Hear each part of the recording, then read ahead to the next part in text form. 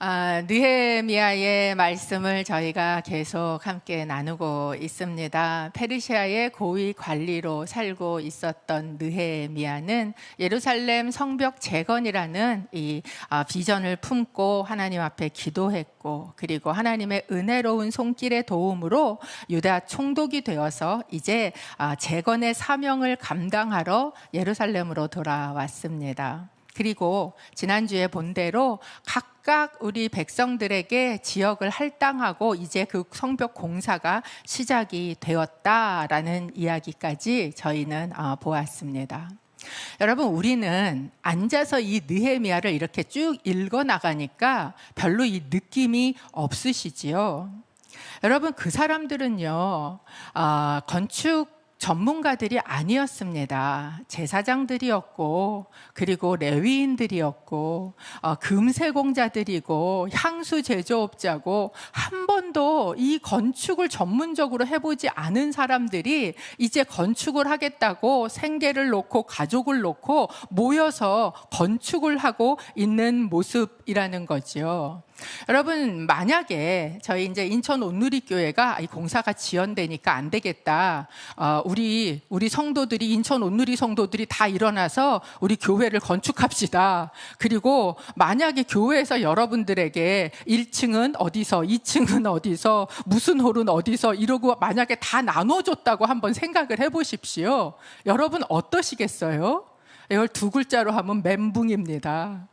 어떻게 내가 그 건축을 하겠어요? 물론 뭐 건축을 전공하시는 우리 송장로님 같은 분이 계시면 뭐 그거 어렵지 않겠지만 대부분 사람들은요, 이게 사실은 굉장히 어려운 일이에요. 우리가 앉아서 이렇게 그냥 읽는 그 느낌이 아니다라는 것이지요.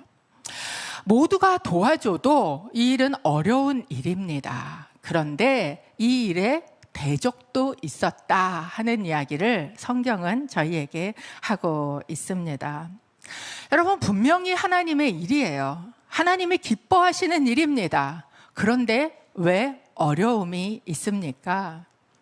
C.S. 루이스는 우리에게는 영적인 대적이 있다라고 이야기를 하면서 뭐라 그랬냐면, 사단을, 마귀를 대하는 두 가지의 참 위험한 태도가 있다라고 이야기합니다. 그 중에 첫 번째는 아유, 마귀가 어딨어 라고 생각하는 태도요. 그 중에 두 번째는 큰일 났네, 마귀가 와서 어떡하면 어떡하지? 이런 그 두려워하는, 너무나 지나치게 두려워하는 마음이다라고 이야기를 합니다. 그러면서 책을 하나 썼지요. 많은 분들이 읽었고 또 잘 아는 굉장히 유명한 책입니다. 스크루테이프의 편지라는 책이에요. 이 책은 스크루테이프라는 삼촌 마귀가 자기의 조카 마귀 워무드에게 편지를 써서 보내면서 그가 기독교인들을, 또 하나님을 믿는 자들을 어떻게 대적하고 방해해야 하는지를 지시하는 내용들을 이렇게 쭉 쓰고 있습니다. 뭐 진짜 마귀가 쓴 건 아니지만 아마 C.S. 루이스에게 하나님이 주신 영감으로 이것을 이렇게 쓰고 있다라는 것이에요. 근데 그 중에 등장하는 이런 내용이 하나 있습니다. 편지 중에 일부분을 발췌해서 읽어보면 이렇게 얘기를 합니다. 사랑하는 웜우드에게 아주 간단한 말을 하느라 아까운 종이를 엄청나게 허비했더구나. 머리꼬리 다 떼고 나면 결국 환자를 놓쳤다는 말 아니냐. 이건 아주 심각한 상황이다. 환자가 죄를 회개하고 저쪽에서 은혜라고 부르는 걸 회복한 규모가 정말 네 말대로라면 이건 1급에 해당하는 참패야. 제2의 회심과 마찬가지라고. 이 스크류 테이프의 억양이 보이십니까? 아주 화가 잔뜩 나서 환자라고 이야기하는, 그들이 환자라고 이야기하는 사람은 누구예요? 기독교인입니다. 그 기독교인을 지금 은혜를 받게 하고 하나님 앞으로 가까이 가게 하고 영적인 사건이 일어나게 했던 워무드를 질책하고 있는 그 분노의 글입니다. 여러분, 기독교인이 아무것도 안 하고 있으면 사단도 가만히 내버려 둡니다. 그런데 만약에 그가 하나님 앞으로 더 나아가고 어떤 영적인 사건이 일어난다면 그들의 세계에서 경보가 울리고 그들이 분노하고 있다라는 것을 이 책에서 보여주고 있는 것입니다. 왜 그럴까요? 왜 사단은 또 왜 세상은 이렇게 교회를 비난하고 대적하고 있는 것일까요? 요한 1서 3장 13절에 사도 요한은 저희에게 이렇게 권고해주고 있습니다. 형제들이여, 세상이 여러분을 미워하더라도 이상하게 여기지 마십시오. 만약에 세상이 교회를 비난하고 비판하고 기독교인들을 방해하고 있다면 여러분, 그거를 너무 놀라고 이상하게 생각하지 마십시오. 당연한 일입니다. 라고 이야기를 하고 있는 겁니다. 왜 그렇습니까? 소속이 다르기 때문에 그래요. 여러분, 교회는요, 하나님 소속입니다. 하나님 나라예요. 그런데 그 안에 영적인 사건이 일어나고 그 하나님의 나라가 확장되어지면 사단이 다스리고 있는 그 세상의 영역이 자꾸 줄어들기 때문에 그들은 더 경계를 하고 더 분노를 하고 싸움을 일으킨다라는 거죠. 느헤미야의 대적들도 마찬가지였습니다. 성벽이 재건되기 시작을 하고 그들의 공동체가 일어서기 시작을 하고 하나님의 이름을 부르기 시작을 하니까 그들이 어떤 반응을 보입니까? 분노합니다. 4장 1절에서부터 3절을 읽어보겠습니다. 산발랏은 우리가 성벽을 쌓는다는 말을 듣고 분노하고 몹시 분개했습니다. 그는 유다 사람들을 조롱하며 그의 동료들과 사마리아 군대 앞에서 빈정거리며 말했습니다. 저 유다 사람 약골들이 무엇을 하는 것이냐? 그 성벽을 복원하겠다는 것이냐? 제사를 드리겠다는 것이냐? 하루 만에 공사를 끝내겠다는 것이냐? 타버린 돌들을 저 흙무더기 속에서 원상복구하겠다는 말이냐? 그 곁에 있던 암몬 사람 도비아가 맞장구 치며 말했습니다. 그들이 무엇을 건축하든 여우라도 한 마리 올라가 그 돌 성벽이 다 허물어질 것이다. 사마리아 총독이었던 산발랏이 지금 사람들을 다 모아놓고 조롱하고 빈정거리는 말을 하고 있습니다. 니네까지 것들이 뭐를 하겠다고 그러고 있어? 라고 이야기를 하는 거죠. 그 옆에 있던 암몬 사람 도비아가 더 얄미워요. 뭐라고 이야기를 합니까? 아이고, 그거 쌓아봐야 여우 한 마리 올라가면 다 무너지겠네. 이렇게 이야기를 하고 있는 겁니다. 여러분, 진짜 그렇습니까? 진짜 그러면 이렇게 모든 사마리아 사람들 군대들을 다 모아놓고 얘기해야 될 이유가 없습니다. 여우가 한 마리 올라가도 무너진다면 여우 몇 마리 풀면 됩니다. 아니면 무너질 때까지 그냥 기다리면 되지 않겠습니까?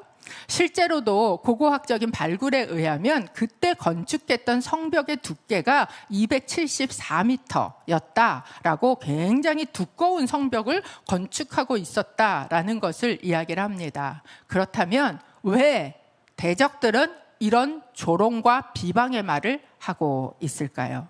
이것은 심리전을 벌이고 있는 겁니다. 기분이 나쁘게 해서 못하게 하려는 것입니다. 제가 결혼을 하고 난 이후에 들었던 가장 많은 결혼 선배님들의 말씀이 있어요. 그게 뭐냐 하면, 야, 아내 말 듣는 남편 없어. 말해서 남편 고치려고 하지 마. 이런 이야기들을 굉장히 많이 들었습니다. 그리고 사실이라는 걸 저는 결혼 생활을 통해서 알았는데요. 그런데 여러분 한번 보십시오. 왜 아내의 말을 안 듣습니까? 그 말이 틀려서 그렇습니까? 아니에요. 기분 나빠서 그래요. 그것이 바로 인간입니다. 감정적인 존재다라는 것을 사단이 알고 있는 것이죠. 당신이 하나님의 일을 하고자 움직일 때 자존심을 건드리는 거예요. 아주 기분이 나쁘게 하는 거예요. 그래서 아유 다 때려치자라고 만드는 것이 바로 사단의 전략이라는 것입니다. 여러분, 사람의 소리에 너무 민감하게 반응하지 않으시기를 축복합니다. 교회에 대한 하고 많은 악의적인 댓글들이 포털 사이트에 줄줄이 올라가고 있어요. 여러분, 그거를 너무 들여다보면서 묵상하지 않게 되시기를 바랍니다. 왜냐하면 그걸 통해서 여러분을 위축시키고 그리고 기분 나빠서 다 그만두게 만들려는 것이 바로 사단의 전략이기 때문에 그렇다라는 겁니다. 그렇다면 이렇게 심리적으로 공격하고 있는 사단의 공격에 대해, 영적인 대적에 대해 우리는 어떻게 반응하는 것이, 어떻게 대응하는 것이 좋은 대응법인가? 그것은 느헤미야 4장 4절에서 5절 이렇게 이야기를 하고 있습니다. 읽어보겠습니다. 우리 하나님이여, 우리의 기도를 들으소서. 우리가 멸시당하고 있습니다. 그들이 하는 욕이 그들에게 되돌아가게 하소서. 그들이 포로가 돼 남의 땅으로 끌려가게 하소서. 그들의 죄악을 덮지 마시고 그들의 죄를 주 앞에서 지우지 마소서. 그들은 우리 앞에서 주의 얼굴에 욕설을 퍼부었습니다. 이 느헤미야가 이 심리적인 사단의 심리전에 대해서 하는 대응 방법은 그것에 다 일일이 들어가서 댓글을 다는 거가 아니고, 그것에 대해서 막 이야기를 하는 것이 아니고, 하나님 앞에 정직하게 나아가서 자기의 그 심정을 토로하는 기도였다라는 것입니다. 한번 보십시오. 얼마나 구체적으로 이 저주의 말과 그 억울함과 막 분노를 지금 하나님 앞에서 이야기를 하고 있습니까? 이런 거를 읽으면, 아니, 이 신앙의 사람이, 이 위대한 사람이 이렇게까지 기도를 해도 되나? 이런 생각이 드시지요. 그런데 여러분, 놀라운 것은 이 기도문들은요, 수없이 나오는 시편에 등장하는 탄원시의 전형적인 모습입니다. 우리가 아는 수많은 위대한 사람들이 이 세상 가운데 영적인 대적에게 공격을 당하고 어려움과 고난과 억울함과 비난을 당할 때에 그것을 가지고 하나님 앞에 나아가서 그 감정을 쏟아냈다라는 거예요. 우리가 잘 아는 다윗 어떻습니까? 시편 59편 13절 14절에 보면 다윗의 이 정직한 기도가 이렇게 등장을 하고 있습니다. 주께서 진노해 그들을 없애시되 하나도 남김없이 없애버리소서.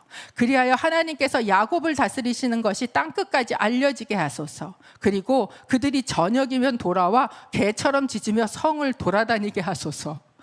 여러분, 이게 이 하나님 앞에 토해 놓은 그의 마음이었다라는 것입니다.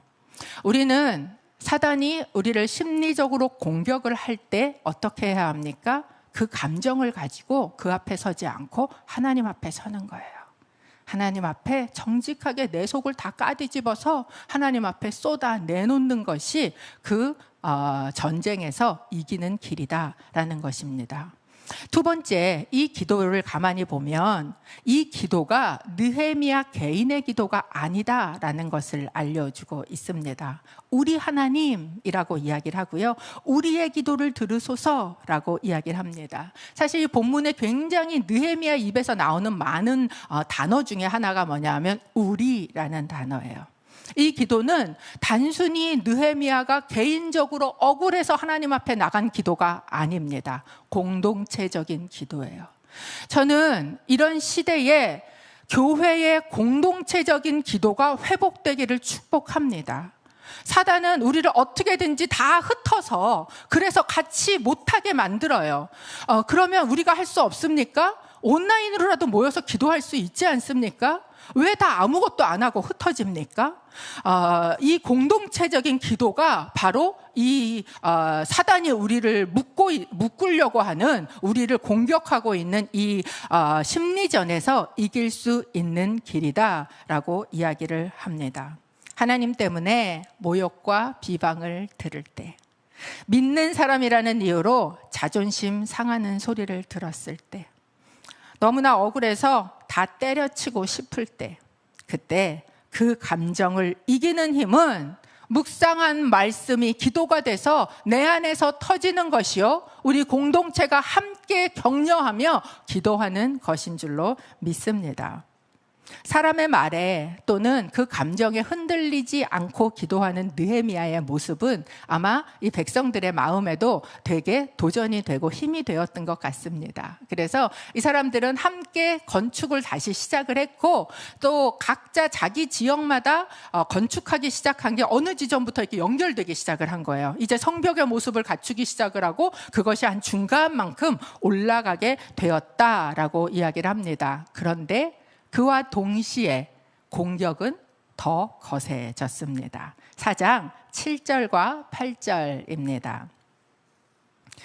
그러나 산발락과 도비야, 아라비아 사람들과 암몬 사람들과 아스돗 사람들은 예루살렘 성벽이 복원돼 허물어진 부분들이 점점 메워진다는 소식을 듣고 몹시 분노했습니다. 그들은 함께 음모를 꾸며 예루살렘에 와서 싸우고 회방을 놓으려고 했습니다. 산발락과 도비아라는 이 대적은 이제 그 주변에 있었던, 원래부터 적대적인 감정을 갖고 있었던 블레셋의 아스돗이든 아니면 암몬이든 아라비아 사람들이든 이 사람들을 다 모아서 연합군을 형성합니다. 그리고 이제 심리전으로만 하는 것이 아니라 물리적인 공격까지 감행을 하려고 하고 있다라는 거예요. 4장 11절에 보면 또 이들이 꾸미는 음모는 이런 것이었습니다. 또 우리의 원수들은 그들이 알아채기 전에 우리가 그들 가운데 들어가서 그들을 죽이고 그 일을 중단시켜야겠다라고 말했습니다. 그들이 하고 있는 것은 무엇입니까? 자객을 공사 현장으로 보내서 소리 소문도 없이 사람을 죽이겠다라는 그런 음모를 지금 꾸미고 있다라는 겁니다. 이제 그들의 위협은 말이 아니라 실제가 되었어요. 그런데 그 음모에 대해서 또는 그 위협에 대해서 느헤미야는 어떻게 합니까? 4장 9절 말씀입니다. 그래서 우리는 우리의 하나님께 기도하는 한편 밤낮으로 경비병을 세워 이 위협에 대비했습니다. 이 실제 더 커진 위협, 더 물리적인 위협에 대해서 먼저 느헤미야가 한 것은 무엇이었어요? 또 기도였어요. 여러분, 악한 대적과 싸우는 가장 큰 무기는 기도라는 것을 기억하시기를 바랍니다. 그런데 그가 기도를 한다고 해서 가만히 앉아만 있었느냐? 그렇지 않았다라는 거예요. 우리는 기도해야 합니다라고 얘기하면 기도만 하고 아무것도 안 해도 된다라고 생각하는 경향이 우리 안에 있습니다. 그런데 그는 어떻게 하는가? 그는 먼저 또 기도합니다. 그리고 난 다음에 대적이 틈타지 못하도록 수비를 하고 있다라는 것이죠. 어떻게 이렇게 그 경비를 세우고 수비를 하고 깨어 있을 수 있습니까? 사도 바울은 골로새서 4장 2절에 우리에게 이렇게 권고를 하고 있습니다. 항상 기도에 힘쓰고 기도 가운데 감사함으로 깨어 있으십시오. 여러분, 기도를 하면 깨어 있게 됩니다. 그리고 기도를 하면 내가 어디를 방비해야 되는지 알게 돼요. 그런데 기도를 하지 않으면 졸게 되어 있다라는 사실입니다. 여러분 안에 기도가 회복되기를 바랍니다. 기도의 자리에 나아가시기를 바랍니다. 여러분이 깨어나기를 바랍니다. 이것이 바로 우리가 지금 해야 하는 일이다. 느헤미야를 통해서 알 수 있습니다. 그런데 이렇게 많은 공격들이 있었던 가운데에 진짜 위기가 찾아옵니다. 그 진짜 위기는 느헤미야 4장 10절에서 12절 말씀입니다. 그런데 유다에 있는 사람들은 할 일은 아직 산더미 같은데 일꾼들의 힘이 다 빠져버려 우리가 성벽을 쌓을 수가 없다라고 불평했습니다. 그들 가까이 사는 유다 사람들도 우리에게 와서 그들이 사방에서 우리를 치려 한다고 10번씩이나 말했습니다. 여러분, 어떤 위협이 밖에서 들어올 때는 그것을 대비를 하면 됩니다. 그런데 내부에서 일어나는 불평과 분열, 또 가까운 사람들에게서 오는 비방과 대적은 사실 더 힘든 일입니다. 출애굽을 할 때 이스라엘에게 진짜 대적은 바로가 아니었습니다. 어차피 바로는요, 하나님께서 다 치실 거예요. 그들이 40년 동안을 광야를 헤매게 했던 진짜 대적은 무엇이었는가? 그들 안에 숨어 들어와서 계속해서 불평을 일삼았던 그런 사람들이었습니다. 그리고 그들의 불평에 전염이 돼서 결국은 나중에 우리는 아무것도 못해, 우리는 다 죽을 거야, 이렇게 부정적인 걸로 하나가 되어버린 그들의 공동체 내부에 있었다라는 것입니다. 유다 지파는 느헤미야의 지파입니다. 뿐만 아니라 건설하고 있는 예루살렘 바로 옆에 지역에 살고 있던 사람들이에요. 가장 가까운 사람들이라는 것이죠. 그런데 그 사람들이 와서 뭐라고 얘기합니까? 아이고, 해도 끝나지 않는 이 일에 우리는 다 지쳤다, 못하겠다, 이렇게 이야기를 하고 있다라는 거예요. 또 무엇입니까? 이 일 너무 위험해. 지금 사람을 죽이겠다잖아. 목숨까지 걸고 이 일을 해야 되는 거야? 라고 이야기하면서 못하겠다는 이야기를, 반대하는 이야기를 한 번, 두 번도 아니고 몇 번이나 하고 있습니까? 10번이나. 이 얘기는 지속적으로 그들 안에 이 반대와 부정적인 소리를 하고 있다라는 거예요. 내부의 이런 부정적인 또는 비난과 불평을, 분열을 겪고 있을 때 느헤미야는 무엇을 이야기합니까? 느헤미야 4장 14절입니다. 앉아 계시는 분들도 또 가정에 계시는 분들도 한 목소리로 좀 같이 읽어봤으면 좋겠습니다. 백성들이 두려워하는 것을 보고 나는 귀족들과 관리들과 나머지 백성들에게 말했습니다. 그들을 두려워하지 마시오. 위대하고 두려우신 여호와를 기억하고 여러분의 형제와 자녀와 아내와 가정을 위해 싸우시오. 느헤미야는 이렇게 얘기를 합니다. 우리가 기억해야 할 것은 무엇인가? 그것은 우리가 영적인 전쟁 중에 있다라는 것을 기억해야 한다라는 거예요. 우리가 전쟁 중에 있다라는 것을 기억하십시오. 그러나 정말 기억해야 될 것은 무엇인가? 진짜 두려운 대상은 그들이 아니라는 거예요. 진짜 두려운 대상은 위대하신 우리 하나님이시다라는 것을 여러분은 기억하십시오라고 이야기를 하고 있습니다.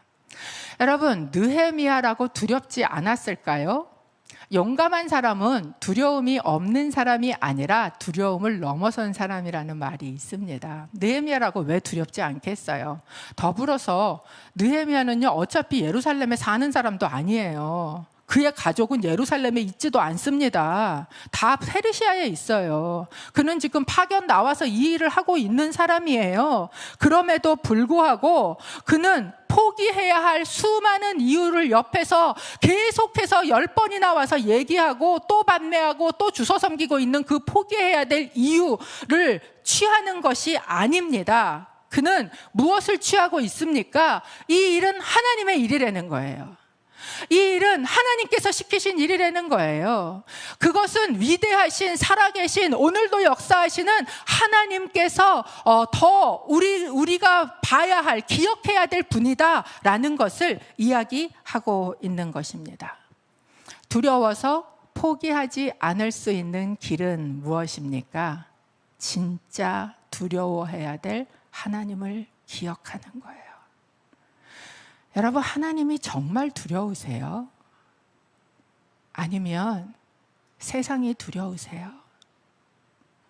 여러분, 이 세상의 삶뿐만 아니라 우리의 영원한 삶을 결정하시는 그 하나님이 진짜 두려워해야 될 분임을 기억하게 되시기를 바랍니다. 뒤로 물러가서 침륜에 빠지지 마십시오. 전진하십시오. 일어서십시오. 우리는 싸워야 합니다. 왜냐하면 이 영적인 싸움이 우리의 가정과 우리의 자녀를 지키는 길이기 때문에 그렇습니다. 제가 예전에 이렇게 어디 그 공원을 걷는데 공원에서 이렇게 방송 같은 게 나오는 거예요. 그런데 이렇게 그 방송에서 이야기를 하더라고요. 우리 서로 다름을 인정하는 것은 아주 중요한 일입니다. 우리의 다름을 여러분은 인정하시기를 바랍니다. 이런 이야기가 계속해서 나오고 있었습니다. 여러분, 어떻습니까? 세상은 다름을 인정해야 돼라는 이유로 여러 가지 압박을 하고 있습니다. 그런데 다름을 인정하는 건 나쁜 것입니까? 좋은 것이에요. 하나님께서도 우리를 창조하실 때요, 각양나무는, 각양식물은, 각양동물은 각양 종류대로 다르게 지으셨어요. 사람도 남자와 여자로 다르게 지으셨습니다. 하나님이 다양성을 주신 거예요. 그리고 하나님은 그 다양성을 인정하십니다. 그런데 한때는 이 다양성을 다 묶어가지고 아메바에서 나왔다고 주장을 하더니 이제는 다원주의와 상대주의 안에다가 다 집어넣어가지고 비진리를 자기의 소견대로 진리로 뒤바꿔가지고, 그리고 그것이 옳다라고, 그것이 맞다라고 이야기를 하면서 이렇게 다른 거 너희도 인정해. 그게 쿨하잖아. 그게 세련된 길이잖아 라고 우리를 계속해서 공격하고 있다라는 것입니다. 여러분, 교회와 가정은 진리이신 하나님의 말씀으로 성벽이 세워져야 합니다. 그 진리의 말씀이 무너지면 우리의 자녀들도 다 뺏기고요, 우리의 가정들도 다 무너지게 된다는 사실입니다. 그렇다면 우리가 해야 하는 것은 무엇이에요? 우리는 영적인 갑옷을 입고, 그리고 진리이신 하나님의 말씀을 가지고, 그리고 그 하나님의 공동체를 위해서, 그 나라를 위해서 싸워야 합니다. 그 싸움이 바로 우리의 가정과 자녀를 지키는 일이다 라고 이야기를 합니다. 우리가 하나님의 일을 하다 보면 이렇게 나와서 우리를 콱 무는 것 같은 공격이 있을 수 있습니다. 사도 바울을 한번 보십시오. 사도 바울이 유라굴로 광풍으로 정말 온 사람들이 다 죽을 뻔한 일을 겪지 않습니까? 그리고 간신히 살아서 몰타라는 작은 섬에를 들어갑니다. 그런데 그 섬에 들어갔을 때 그 젖은 몸을 조금 녹이기 위해서, 말리기 위해서 불을 피우지요. 그런데 그 불을 피우는 나무단에서 독사가 나와서 사도 바울의 손을 콱 하고 뭅니다. 그러니까 사람들이 다 수군거리면서 이야기를 해요. 뭐라고 이야기합니까? 죄인이 틀림없어. 하나님이 사랑하지 않는 사람이 틀림없어. 그는 반드시 죽을 것이야. 이렇게 이야기를 합니다. 제가 그 장면을 이렇게 묵상을 하면서 이렇게 막 얘기를 하는데 사도 바울은 어떻게 하지? 라는 걸 쳐다봤어요. 나 같으면 어땠지? 아마 마음이 막 굉장히 힘들었을 것 같아요. 하나님 어제는 나타나갖고 내가 너랑 함께 할게 이러시더니 오늘은 독사가 나타나서 나를 문단 말이야? 이러면서 막 마음이 힘들었을 것 같아요. 아니면 독사를 쳐다보면서 이 독사의 독은 얼마나 센가 뭐 이런 거 찾아보고 뭐 논의하고 이런 거 하지 않았다는 거예요. 사도 바울이 어떻게 합니까? 이 독사가 콱 물고 있는 손을요 그냥 털어버려요. 그것을 휙 털어버립니다. 그런데 제가 한번 생각해 봤어요. 독사가요, 여러분 이 벌레가 와서 하나 물어도요 뛰기가 굉장히 어렵습니다. 목숨 걸고 물거든요. 하물며 독사가 와서 지금 콱 물었는데 이렇게 털었을 때 털어졌을까요? 안 털어졌단 말이죠. 안 털어지면 어떻게 하면 됩니까? 떨어질 때까지 털면 돼요. 그거에 대해서 이런 방고 말도 하지 않고 사도 바울은 뭐 합니까? 자기가 하던 일을 계속해요. 복음 전하는 길을 계속 갑니다. 멈추지 않아요. 여러분, 우리가 하나님의 길을 가고 있을 때 중간중간에 나와서 마치 예상치도 않은 어떤 곳에서 나와서 우리를 모는 것처럼 우리의 감정을 확 건드릴 때가 있어요. 우리를 죽일 것처럼 확 무는 독사가 있습니다. 그리고 그것에 물려서 어떻게 할 줄을 모르고 사람들이 다 그것 봐, 너 이제 죽었어 라고 말하는 소리를 들을 때도 있어요. 그러나 그때 우리가 해야 되는 것은 무엇입니까? 두려워하지 않는 거예요. 우리는 그것을 털어버리면 됩니다. 왜 그래요? 하나님께서 하나님의 사람을 보내시면서 약속하셨어요. 내가 세상 끝날까지 너와 항상 함께 있을 것이다. 사도 바울은 그 하나님의 약속을 믿은 거예요. 네가 물 가운데 지나던 불 가운데 지나던 어떤 독을 마실지라도 해를 받지 않을 것이다. 내가 너와 함께 함이니라. 여러분, 하나님께서 우리 교회에도 함께 하시는 줄로 믿습니다. 우리 성도님들 한 분 한 분 세상 가운데 나가서 때로는 독사가 무는 것처럼 이런 부정적인 감정과 부정적인 말들로 여러분을 물었을 때 그거 쳐다보고 묵상하지 마세요. 그거에 두려워하지 마세요. 뭐 하면 됩니까? 떨어질 때까지 떨어버리는 거예요. 그리고 나는 뭐 해요? 계속 가요. Keep going. 계속 간다라는 것입니다. 그래서 느헤미야는 어떻게 합니까? 4장 16절 17절입니다. 4장 16절 17절. 그날부터 내 부하들의 절반은 이 일을 계속하고 나머지 절반은 갑옷을 입고 창과 방패와 활로 무장을 했습니다. 그리고 관리들은 유다의 모든 백성들 뒤에 진을 쳤습니다. 건축 자재를 실어 나르는 사람들은 한 손으로는 일을 하고 다른 한 손으로는 무기를 들었습니다. 하나님의 백성이 무엇을 합니까? 하나님의 일을 멈추지 않아요. 그러나 반은 하나님의 일을 하고 반은 무장을 하고 전쟁을 하고 있다는 거예요. 여러분, 이런 공동체가 바로 하나님의 공동체입니다. 한 손에는 삽을 들고 한 손에는 무기를 든 공동체.